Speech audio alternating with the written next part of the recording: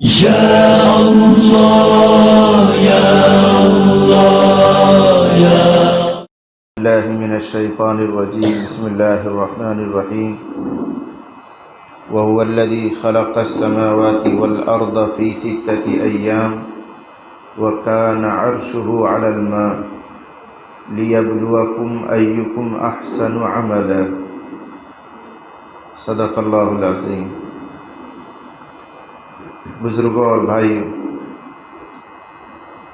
اس آیت کریمہ میں اللہ تعالیٰ نے زمین اور آسمان، کائنات، جو کچھ ہم دیکھ رہے ہیں، اس سب کی تخلیق اور بنانے کا مقصد بیان کیا ہے. یہ آسمان کیوں بنا ہے، زمین کیوں بنایا ہے. اللہ کی تو اس سے کوئی ضرورت وابستہ نہیں تھی. اللہ تو اس وقت بھی تھا جب یہ زمین اور آسمان نہیں تھا. آپ ترجمے پر غور کریں. وَهُوَ الَّذِي خَلَقَ السَّمَاوَاتِ وَالْأَرْضَ فِي 6 أَيَّامٍ. وہی تو ہے اللہ جس نے آسمانوں اور زمین کو پیدا کیا 6 دنوں میں. وَكَانَ عَرْشُهُ عَلَى الْمَاءِ. اور اللہ کا عرش، اللہ کا تخت تو پانی پر تھا. کیا جوڑے؟ یہی سمجھانا ہے کہ جب آسمان اور زمین نہیں تھا تب بھی اللہ تھا، اس کا عرش تھا، اس کی حکومت قائم تھی پہلے بھی. تو زمین اور آسمان کے بنانے پر اس کی حکومت موقوف نہیں ہے. پھر یہ زمین آسمان بنے کیوں؟ آگے اس کی وجہ ہے لِيَبْلُوَكُمْ أَيُّكُمْ أَحْسَنُ عَمَلًا، تاکہ اللہ تعالیٰ تم انسانوں کو آزمائے کہ تم میں کون اچھا عمل کرتا ہے. بس معلوم ہوا کائنات بنانے کا مقصد انسان کا عمل، اور عمل میں بھی اچھا عمل یہ مطلوب ہے. اس لیے بنایا گیا ہے آسمان اور زمین کو کہ آدمی کام کرے، عمل کرے. اور اللہ یہ دیکھنا چاہتے ہیں کہ کون اچھا عمل کرتا ہے.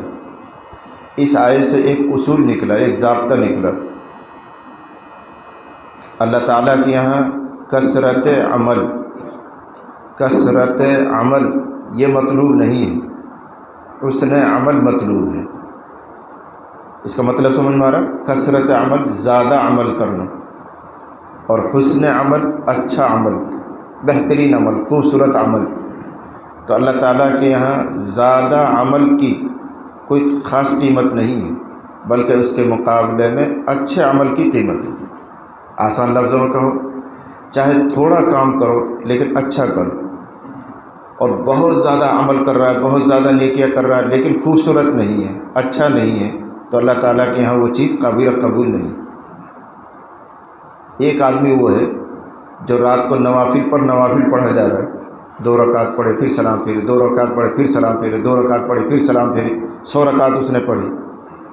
لیکن وہی جلد بازی جیسے ہمارے یہاں ہوتی ہے، اٹھ بیٹھ جلدی پڑھ رہا ہے. ایک بندہ وہ ہے جو صرف 6 رکعت 8 رکعت پڑھتا ہے لیکن پورے سکون کے ساتھ پڑھتا ہے، تمام سنتوں کی رعایت کر کے پڑھتا ہے، تلاوت کا حق ادا کرتا ہے. تو آپ یقین مانیے اس کی یہ 6 رکعت اس کی 100 رکعتوں پر بھاری ہے. یہ اللہ کہہ رہا ہے لِيَبْلُوَكُمْ أَيُّكُمْ أَحْسَنُ عَمَلًا، تاکہ اللہ تعالیٰ تم کو آزمائے کہ تم میں سے کون اچھا عمل کر کے آتا ہے. ایک بندہ وہ ہے جو روزانہ 10 پارے پڑھتا ہے لیکن فٹافٹ پڑھتا چلا جاتا ہے. ایک وہ ہے جو بہت سکون کے ساتھ پڑھ رہا ہے، حروف کی ادائیگی کے ساتھ پڑھ رہا ہے، اور اگر وہ قادر ہے تو تھوڑا بہت ترجمہ سمجھ رہا ہے، اس طرح تلاوت کرتا ہے اور 3 ہی پارے پڑھتا ہے.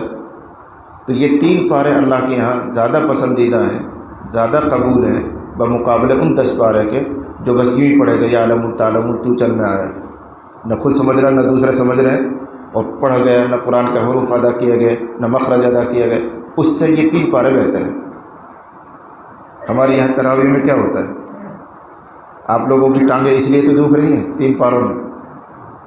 آپ لوگوں کی جو ٹانگیں دکھ رہی ہیں اور ہر 4 رکعت بعد لمبی کرتے ہو ٹانگوں کو. میں نے کبھی لمبی کی؟ آپ نے مجھے دیکھا؟ اسی طرح بیٹھ رہتا ہوں. عشاء کے بعد بیٹھتا ہوں، تراویح پڑھ کے ہی تو کھڑا ہوتا ہوں، نہ بیچ میں 4 رکعت پہ جاتا ہوں، نہ 8 میں جاتا ہوں، نہ 16 پہ جاتا ہوں، نہ 12 پہ جاتا ہوں. بیٹھا ہی رہتا ہوں، نہ ٹانگ سیدھے کرتا ہوں نہ لیٹتا ہوں. آپ لوگوں کو وہاں تراویح پڑھنے کی عادت ہے 20 رکعت 20 منٹ میں. گاؤں دیہاتوں میں 20 رکعت 20 منٹ میں. اب پڑھنی پڑ رہی ہیں آپ کو 20 منٹ میں 2 ہی رکعت، 20 منٹ میں 2 ہی رکعت ہو رہی ہیں. تو اس لیے آپ کی ٹانگیں دکھیں گی. تو زندگی بھر جیسا عمل کرتا رہتا آدمی ویسے عادت پڑ جاتی ہے۔ تو گاؤں دیہاتوں میں جو تراویح ہو رہی ہے، امام صاحب خود بھی نہیں سمجھتا ہے کہ میں کیا پڑھ رہا ہوں، مقتدی تو کیا سمجھیں گے۔ یقین مانیے وہ تراویح نہ پڑھیں تو زیادہ بہتر ہے، وہ تراویح نہ پڑھیں تو زیادہ بہتر ہے۔ وہ تراویح پڑھ کر گناہ کر رہے ہیں، قرآن کی توہین کر رہے ہیں، اللہ کے ساتھ مذاق کر رہے ہیں۔ اللہ کو یہ زیادہ عمل پسندیدہ نہیں، اللہ کے نزدیک اچھا عمل، حسن عمل، سکون اور سنجیدگی والا عمل پسند ہے۔ حدیث شریف میں ہے، نبی کریم صلی اللہ علیہ وسلم نے ارشاد فرمایا، ان اللہ کتب علیکم الاحسان فی کل شیء، بعض روایت میں علی کل شیء، اللہ تعالیٰ نے تمہارے اوپر ہر کام میں عمدگی فرض کی ہے، یعنی جو کام بھی کرو اس کو اچھائی کے ساتھ کرو، اللہ نے یہ بات تمہارے اوپر فرض کی ہے۔ پھر دو مثالیں دی حدیث میں، ایک دنیا کے کام کی، ایک آخرت کے کام کی۔ ارشاد فرمایا، اذا قتلتم فاحسنوا القتل، یہ تو ہے آخرت والے کام کی مثال، کہ جب تم کسی انسان کا قتل کرو جہاد میں، یہ نہیں گاؤں دیہاتوں میں لڑائی ہوگی لٹ بجاؤ قتل کر دیا، مول صاحب نے کہی اچھی طرح قتل کرو، میدان جہاد میں گئے ہیں، مقابلے کی نوبت آئی گئی ہے، کافر سامنے ہے، اب قتل کی نوبت آ رہی، اچھی طرح قتل کرو۔ اذا قتلتم فاحسنوا القتل، اگر قتل بھی کرنا پڑے میدان جہاد میں کسی انسان کو تو اس کو اچھی طرح قتل کرو۔ اچھا قتل کیا ہے؟ اب ہم اور آپ یہ سوچیں گے اچھا قتل یہ سرخ پکڑ کے بوٹی بوٹی کر دو، ٹکڑے ٹکڑے کر دو، ہڈی بھی کاٹ دو، پیٹ بھی چیر دو، اس کے سینے بھی چاک کر دو، زبان بھی کاٹ دو، آنکھ بھی پھوڑ دو، لاش کو بگاڑ دو، یہ اچھا قتل نہیں، یہ اچھا قتل نہیں، بلکہ اس سے منع کیا گیا ہے کہ کسی لاش کا مسئلہ مت بناؤ، لاش مت بگاڑو، یہ حدیث میں ہے۔ تو لاش بگاڑنا یہ اچھا قتل نہیں، بلکہ اچھا قتل یہ ہے کہ اپنی تلوار تیز رکھو اور ایک ہی جھٹکے سے اس کی گردن الگ ہو گئی، اب اس کی لاش کو نہ چھیڑو، یہ اچھا قتل ہے۔ یعنی دشمن کو بھی تڑپانا، اس کی آنکھیں تو پھوڑنا، کان کاٹنا، زبان کاٹنا یہ پسندیدہ نہیں۔ مجبوری میں آپ کو قتل ہی کرنا پڑ رہا ہے تو تیز تلوار سے ایک وار میں اس کی گردن الگ کر دو، اب اس کی لاش کو نہ چھیڑو، یہ اچھا قتل ہے۔ تو دیکھو آخرت کا کام کرنا پڑ رہا ہے تو اس کو بھی اچھی طرح انجام دو۔ وَإِذَا ذَبَحْتُمْ فَأَحْسِنُوا الذَّبْحَ، یہ دنیا کا کام ہے۔ اور جب تم گوشت کھانے کے لیے جانور ذبح کرو تو اس کو بھی اچھے طریقے سے، شاندار طریقے سے ذبح کرو۔ اچھا ذبح کیا ہوتا ہے؟ اس کی مثال حدیث میں خود دی گئی، وَلْيُحِدَّ أَحَدُكُمْ شَفْرَتَهُ، جو آدمی تم میں سے جانور ذبح کر رہا ہے وہ اپنی چھری کو تیز کر لے، خوب رگڑ کر تیز کر لے، تاکہ ایک ہی وار میں اس کی ساری رگیں کٹ جائیں، جانور کو کم سے کم تکلیف ہو۔ موٹی دھار کی چھری، خراب دھار کی چھری لے کر دیر تک اس کے گلے پر چلا رہے ہیں، تکلیف دے رہے ہیں، یہ اچھا ذبح نہیں ہے۔ تو اچھا ذبح یہ ہے کہ تیز چھری لے کر ایک ہی وار میں اس کی رگیں کٹ جائیں، جانور ٹھنڈا ہو جائے، اس کو کم سے کم تکلیف ہو، یہ بہترین قتل ہے۔ اب غور کریں آپ کہ آخرت کا کام کرنا ہو تو بھی اچھی طریقے سے انجام دو، دنیا کا کام کرنا ہو تو بھی اچھی طریقے سے انجام دو، اللہ نے تمہارے اوپر یہ بات فرض کی ہے۔ اب اگر نماز پڑھنی ہے، تلاوت کرنا ہے، یا آپ کو اعتکاف میں بیٹھنا ہے، یا کوئی اور عبادت انجام دینی ہے تو ہمارے اوپر یہ بات فرض ہے کہ اس کے حقوق کی پوری پوری رعایت کر کے ادا کریں، ورنہ اللہ کی نگاہ میں، رسول کی نگاہ میں وہ نیکی نہ کرنے کے درجے میں۔ مشہور قصہ ہے، یاد ہوگا آپ کو، سنا ہوگا کہیں، نبی علیہ الصلوۃ والسلام تشریف فرمائے مجلس میں، صحابہ بھی بیٹھے ہوئے، ایک صحابہ آئے، مسجد کے ایک کونے میں گئے اور 2 رکعت انہوں نے پڑھی، تحیۃ المسجد، اس کا اہتمام تھا اس وقت زمانے میں بھی، اور آج بھی عرب میں تحیۃ المسجد کا بہت اہتمام ہے۔ اگرچہ نماز سے پہلے کی اور نماز کے بعد کی جو سنت مؤکدہ ہیں ان کا تو زیادہ اہتمام نہیں کرتے وہ۔ آج آپ حج کرنے جائیں گے، عمرہ کرنے جائیں گے تو یہ تماشا دیکھیں گے، نماز سے پہلے کی، نماز کے بعد کی جو سنتیں ہیں ان کا تو خاص اہتمام نہیں ہے، لیکن تحیۃ الوضو کا اور تحیۃ المسجد کا اہتمام ضرور ہے۔ اگر آدھی منٹ بھی بچ رہی ہوگی تو بھی آنے والا نیت مانے گا اور پھٹ کر کے 2 رکعت پڑھے گا، آج بھی یہ اہتمام ہے۔ تو حضور کے زمانے میں بھی تحیۃ المسجد کا اہتمام تھا۔ تو حضور کی مجلس چل رہی ہے، صحابہ بیٹھے ہوئے ہیں، ایک صحابہ آئے اور 2 رکعت انہوں نے جلدی جلدی پڑھی۔ آپ نے دیکھا ہے، صحابہ نے دیکھا ہے۔ آ کر وہ بیٹھا تو نبی صلی اللہ علیہ وسلم نے پوچھا کیا کر کے آئے ہو؟ تو ظاہر بات ہے نماز پڑھ کر آئے تھے، حضور کو بھی معلوم ہے، صحابہ کو بھی معلوم ہے، پھر بھی آپ پوچھ رہے ہیں کیا کر آئے ہو؟ انہوں نے عرض کیا اللہ کے نبی نماز پڑھ کر آئے ہیں۔ آپ نے کیا فرمایا؟ قم فصلی فإنک لم تصلی، کھڑے ہو جاؤ، جاؤ نماز پڑھو، تم نے کوئی نماز نہیں پڑھی۔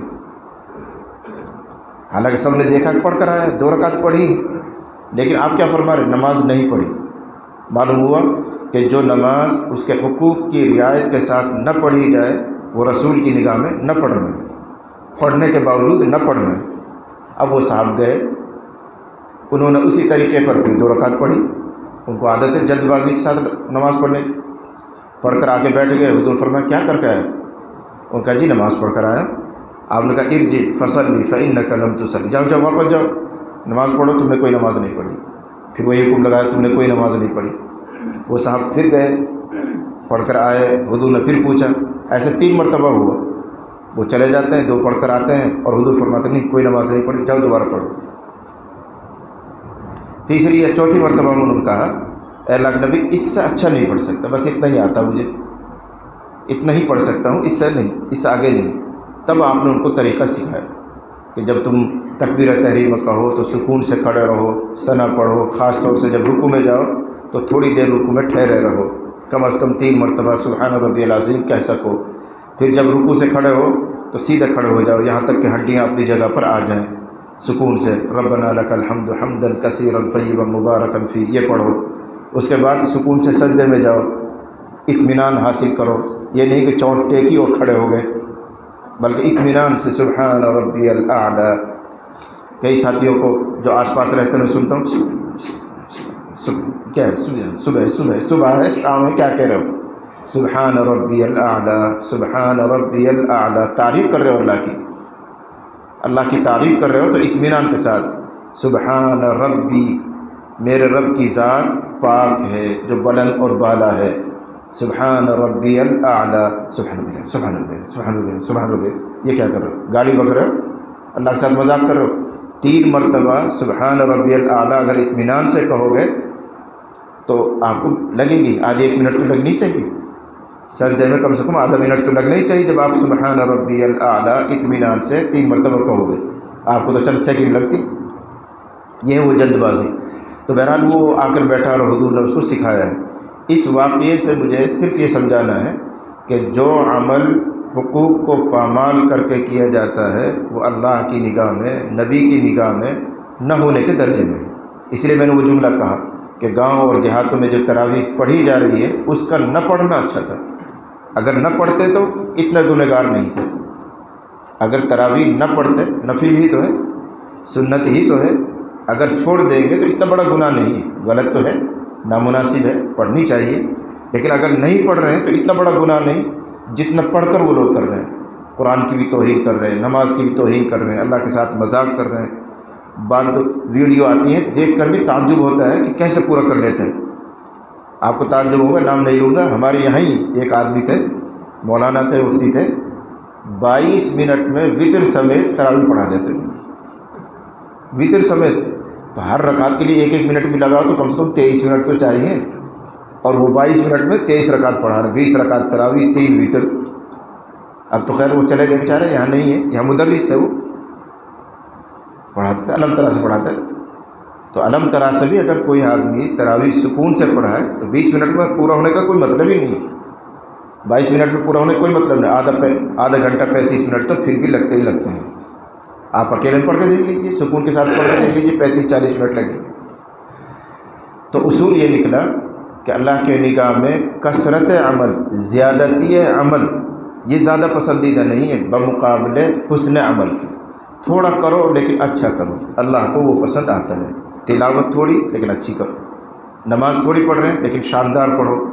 ایک وہ جو رکعت پر رکعت پڑھا جا رہا ہے، تلاوت پہ تلاوت کیا جا رہا ہے، لیکن نہ حروف ادا ہو رہے ہیں، نہ مخرج ادا ہو رہا ہے، نہ معنی مطلب کو سمجھ رہا ہے، خالی بس طوطے کی رٹ کی طرح پڑھا چلا جا رہا ہے، اس زیادہ عمل کی کوئی خاص قیمت نہیں ہے۔ اب سوال یہ ہے کہ کسی عمل میں حسن کس سے پیدا ہوتا ہے؟ ہمیں کیسے پتہ چلے گا کہ یہ عمل حسین ہوا کہ نہیں ہوا، خوبصورت ہوا کہ نہیں ہوا؟ ہم اور آپ اپنے طور پر کسی عمل کو خوبصورت کرنا چاہیں تو نہ جانے کیا کیا طریقے اختیار کریں. خوبصورتی کا معیار ہے حضرت نبی کریم صلی اللہ علیہ وسلم کی سنت. حضرت نبی کریم صلی اللہ علیہ وسلم کی سنت تلاوت میں، نماز میں، کھانے میں، پینے میں، نبی کی سنتوں کی جتنی رعایت کر جاؤ گے اتنا ہی وہ عمل خوبصورت ہو جائے گا. نبی صلی اللہ علیہ وسلم کو نمونہ بنا کر ہی تو بھیجا گیا ہے، ورنہ تو ہدایت کے لیے تو قرآن کافی تھا. ہدایت کے لیے تو قرآن کافی ہے کہ قرآن پڑھو، مطلب سمجھو اور سمجھ لو کہ اسلام کیا ہے، دین کیا ہے، اللہ کیا چاہتا ہے. لیکن عمل کر کے دکھانے کے لیے نبی کو بھیجا گیا کہ اللہ نماز پڑھنے کے لیے کہے گا، لیکن نماز پڑھی کیسے جاتی ہے یہ نبی کر کے دکھائیں گے. اللہ تم سے کہے گا کہ حج کرو، لیکن حج کیسے کرتے ہیں یہ نبی کر کے دکھائیں گے. اللہ تعالیٰ تم سے کہے گا کہ نکاح کرو، شادی بیاہ کرو، اولاد پیدا کرو، کیسے؟ نبی کر کے دکھائیں گے. تو نبی صلی اللہ علیہ وسلم کو بھیجنے کا مقصد ہے عملی نمونہ، عملی مثال کسی بھی طریقے کی. تو کسی بھی عمل کو خوبصورت بنانے کا، اچھا اور پسندیدہ بنانے کا، اللہ کے یہاں مقبول بنانے کا معیار ہے حضرت نبی کریم صلی اللہ علیہ وسلم کی سنت. اس لیے حدیث میں آتا ہے عمل قلیل خیر من عمل کثیر فی بدعۃ. عمل قلیل، تھوڑا عمل، خیر اللہ کے ہاں زیادہ بہتر ہے، من عمل کثیر اس بہت سارے عمل سے، فی بدعۃ جو سنت کے خلاف ہو. سنت سے ہٹ کر سنت کے خلاف جو بہت سارا عمل کیا گیا ہے اس کے مقابلے میں تھوڑا عمل جو سنت کے مطابق کیا جا رہا ہے وہ اللہ کے نزدیک زیادہ پسندیدہ ہے. اپنے طور پر ہم کسی عمل کو کتنا ہی شاندار سمجھ رہے ہوں، خوبصورت سمجھ رہے ہوں، اگر سنت سے ہٹ جائے گا تو پھر وہ قبول نہیں ہے، اس پر کوئی اجر و ثواب ملنے والا نہیں. بلکہ نبی نے تو یہ وعید سنائی ہے کہ وہ میرے طریقے پر ہی نہیں، وہ مجھ سے ہی نہیں ہے، وہ میرا ہی نہیں ہے. یہ وعید آئی ہے، لیس منی. پہلے بھی سنا ہوگا، روایت میں ایک قصہ آتا ہے، حضرت علی رضی اللہ عنہ، حضرت عبداللہ بن رواحہ، حضرت عثمان بن مظعون، یہ تین بڑے صحابی ہیں. ان لوگوں نے چاہا کہ نبی صلی اللہ علیہ وسلم کا رات کا عمل کیا ہوتا ہے اس کی معلومات کرنی چاہیے. دن کا عمل کیا ہے وہ تو نگاہوں میں ہے، نبی بیٹھے لوگوں کو نماز پڑھاتے ہیں، نماز کے بعد دین کی باتیں بتاتے ہیں، اگر جہاد میں جانا ہوتا ہے تو اس کی تشکیل کرتے ہیں، لوگوں کو جہاد پہ ابھارتے ہیں. یہ کام ہے آپ کا دن میں. رات میں کیا کام کرتے ہیں وہ لوگوں کے سامنے نہیں ہے. رات کا کام حضور کے گھروں میں ہے، اپنی بیویوں کے پاس ہے. تو آپ کتنی دیر آرام کرتے ہیں، کتنی دیر تہجد پڑھتے ہیں، کتنی دیر قرآن میں رہتے ہیں، کتنی دیر دعا مانگتے ہیں اور کیا کیا نیکی کرتے ہیں. تو ان تین صحابہ نے مشورہ کیا کہ ہمیں یہ تحقیق کرنی چاہیے تاکہ پھر ہم بھی وہی کام کریں. اور دل میں یہ سوچ ہے ان کے، نہ جانے رسول اللہ صلی اللہ علیہ وسلم کتنی محنت کرتے ہوں گے، کتنا سارا کام کرتے ہوں گے. جنت کوئی آسان تھوڑی ہے، اس کے لیے تو کتنی مشقت اٹھانی پڑتی ہوگی. پوری پوری رات حضور جاگتے ہوں گے، ایسا دل میں ذہن تھا، خیال تھا. اب جا کر معلومات کر رہے ہیں تو وہاں سے جو جواب ملا وہ ان کی سوچ کے خلاف ملا. سوچ کیا تھی کہ پوری رات جاگتے ہوں گے، پوری رات عبادت میں رہتے ہوں گے، یہ سوچ تھی. اور وہاں سے جواب مل رہا ہے کہ رات کا ایک حصہ آرام بھی فرماتے ہیں، رات کے ایک حصے میں تہجد پڑھتے ہیں، پھر اگر تقاضا ہوتا ہے تو پھر آرام فرما لیتے ہیں. تو جو کچھ سوچ کر گئے تھے کہ پوری رات جاگتے رہتے ہوں گے، پوری رات نفلوں میں رہتے ہوں گے، یوں کرتے ہوں گے، اس کے مطابق جواب نہیں تھا. تو حدیث میں لفظ آتا ہے جو جواب ملا تھا کأنہم تقالوہا، انہوں نے اس عمل کو تھوڑا سمجھا. نبی تو بہت تھوڑا سا کام کرتے ہیں، کبھی تہجد میں 4 رکعت پڑھتے ہیں، 3 وتر پڑھتے ہیں، 7 رکعت ہو گئی. تو حدیث میں آیا 7 وتر پڑھتے تھے. کبھی رسول اللہ صلی اللہ علیہ وسلم 6 رکعت پڑھ رہے ہیں تہجد کی، 3 پڑھ رہے ہیں آپ وتر کی. کبھی کم بھی کر لیتے تھے، کبھی زیادہ بھی کر لیتے. ایسے بھی انہوں نے جواب سنا ہے. تو انہوں نے جواب کو بہت تھوڑا سمجھا، عمل کو بہت مختصر سمجھا. لیکن بہرحال وہ تربیت یافتہ تھے، وہی کھڑے کھڑے کہنے لگے این نحن من النبی صلی اللہ علیہ وسلم، ہمارا نبی سے کیا مقابلہ. نبی تو نبی ہیں، اگر اتنا بھی کام نہ کریں تو ان کی تو جنت بنی ہوئی ہے. اللہ نے ان کے اگلے پچھلے چھوٹے بڑے سارے گناہ معاف کر رکھے ہیں، وہ تو معصوم ہیں. اگر اتنی بھی عبادتیں نہ کریں تو نبی کا تو جب بھی کام بنا ہوا ہے. انہوں نے وہی یہ تعبیر کی. پھر اپنے ارادے ظاہر کیے. اپنے حوصلے انہوں نے ظاہر کیے۔ ان میں سے ایک کہنے لگا اما انا فاصلی اللیل ولا ارقد ابدا، میں تو زندگی بھر جتنی راتیں آئیں گی کبھی نہیں سوؤں گا، پوری رات اللہ کی عبادت کروں گا۔ اب چاہے 1000 رات آ جائیں، 2000 رات آ جائیں، زندگی کتنی ہے اللہ بہتر جانے۔ اب میری جتنی زندگی بچ رہی ہے اس میں جتنی راتیں آئیں گی تمام راتوں میں عبادت کروں گا، سوؤں گا نہیں۔ تھوڑا بہت سونا ہوگا تو دن میں سو لیا کروں گا۔ ایک نے طے کیا۔ دوسرے نے کہا اما انا فاصوم النہار ولا افطر، اب زندگی میں جتنے دن آئیں گے تمام دنوں میں روزہ رکھوں گا، کھانا پینا ہوگا تو رات میں کھانا پینا کر لیا کروں گا، دن میں کبھی نہیں، پوری زندگی اب روزہ ہی رکھوں گا نفلی۔ ایک نے یہ طے کیا۔ اور تیسرے نے طے کیا اما انا فلا اتزوج، میں نکاح نہیں کروں گا، شادی نہیں کروں گا۔ سارے جھگڑے ساری مصیبتیں تو شادی کے بعد شروع ہوتی ہیں۔ اکیلا رہوں گا، دن میں بھی رات میں بھی سفر میں بھی حضر میں بھی، بس اللہ اللہ ہی کرتا رہوں گا۔ اگر نکاح کر لیا تو بیوی کا خرچہ لاؤ، نکاح کر لیا تو پھر بچے پیدا ہوں گے، بچوں کا خرچہ لاؤ، ان کے لیے مکان بناؤ، ان کے کھانے پینے کا نظام کرو، آج کے زمانے کے اعتبار سے اسکول کی فیس لاؤ، ڈریس لاؤ، فلاں لاؤ، 1000 مصیبتیں لگ جائیں گی ایک نکاح کرنے سے۔ تو وہ کیا کہہ رہا اما انا فلا اتزوج، میں شادی نہیں کروں، اکیلا رہوں گا اور ہر وقت اللہ کی عبادت کروں۔ اب دیکھنے میں یہ بہت اچھے ارادے ہیں۔ ایک آدمی پوری رات جاگنا چاہ رہا ہے، عبادت کرے گا، ایک آدمی پوری زندگی روزہ رکھے گا، ایک آدمی وہ ہے جو دن اور رات بیوی بچوں سے بالکل فارغ رہ کر اللہ اللہ کرے گا۔ دیکھنے میں بہت اچھا عمل ہے۔ یہ ارادہ کر کے گھر سے باہر نکلے اور نبی علیہ الصلوۃ والسلام گھر میں آ گئے۔ ازواج المطہرات نے سنا دیا فلاں فلاں آئے تھے، علی بھی تھا، عثمان بھی تھا، عبداللہ بن رواحہ بھی تھا، اور ایسا ایسا ارادہ کر کے گئے۔ تو نبی علیہ الصلوۃ والسلام ان کی تلاش میں نکلے اور باہر ہی جاتے ہوئے ان کو پا لیے۔ آپ نے آواز لگا کر ان کو روکا اور فرمایا انتم الذین قلتم کذا و کذا، تم ہی وہ ہو جو میرے گھر میں گئے تھے، تحقیق کر کے آئے اور ایسا ایسا ارادہ کر رہے ہو۔ انہوں نے سمجھا کہ شاید حضور شاباشی دیں گے، ان کا جی ہم ہی تھے۔ تو آپ نے ان کو تنبیہ فرمائی اور ارشاد فرمایا تم میں سے ایک آدمی یہ کہہ کر آیا، دوسرا یہ کہہ کر آیا، تیسرا یہ کہہ کر آیا، اور پھر اپنا عمل سنایا۔ حضور فرمایا اما انا فاصلی اللیل وارقد، میرا طریقہ یہ ہے کہ میں رات کو نماز بھی پڑھتا ہوں اور آرام بھی کرتا ہوں، اور تم یہ طے کر آ رہے ہو کہ پوری رات نماز ہی پڑھنی ہے، تمہارا طریقہ میرے طریقے سے ہٹ گیا۔ اما انا فاصوم النہار وافطر، میں دن میں روزے بھی رکھتا ہوں، نفلی روزے، اور کبھی نہیں رکھتا ہوں، کبھی مہینے میں 2-4 دن نفلی روزے رکھ لیے، 25 دن نہیں رکھے، ایسا بھی حضور کا عمل ہے۔ اور تم یہ طے کر آ رہے ہو کہ پوری زندگی دنوں میں روزہ رکھو گے، تو تمہارا طریقہ میرے طریقے سے الگ ہو گیا۔ اما انا فاتزوج، حضور فرما رہے میں تو نکاح کرتا ہوں، شادیاں کرتا ہوں، میری بیویاں ہیں، اور ایک وقت میں آپ کی 9 بیویاں ہیں، اگرچہ وہ آپ کے لیے جائز، ہمارے لیے نہیں، ہمارے لیے تو 4 ہی، کبھی تم جا کے پھر اعتکاف میں سلکائے 9 کر سکتے ہیں۔ سنانے میں ڈر لگا رہتا ہے اصل میں، مول صاحب نے کہی 9 بیوی رکھ سکتے ہیں، تو وہ نبی کے لیے خاص تھا، عام کے لیے تو 4 ہیں، آپ تو 4 ہی کر لے بہت ہے، ایک سے ہی گزارا ہو جائے، یہ غنیمت ہے۔ تو بہرحال نبی علیہ الصلوۃ والسلام کی 9 بیویاں رہی ہیں، تو حضور فرما رہے میں تو نکاح کرتا ہوں، شادیاں کرتا ہوں، اور تم یہ نیت کر کے آئے کہ شادی نہیں کرنی ہے، بیوی نہیں رکھنی ہے۔ تو تینوں کا عمل نبی کے عمل سے الگ ہو رہا ہے، مختلف ہو رہا ہے، اگرچہ دیکھنے میں نیکی ہے، ثواب کا کام ہے، لیکن نبی کے طریقے سے ہٹ رہا ہے۔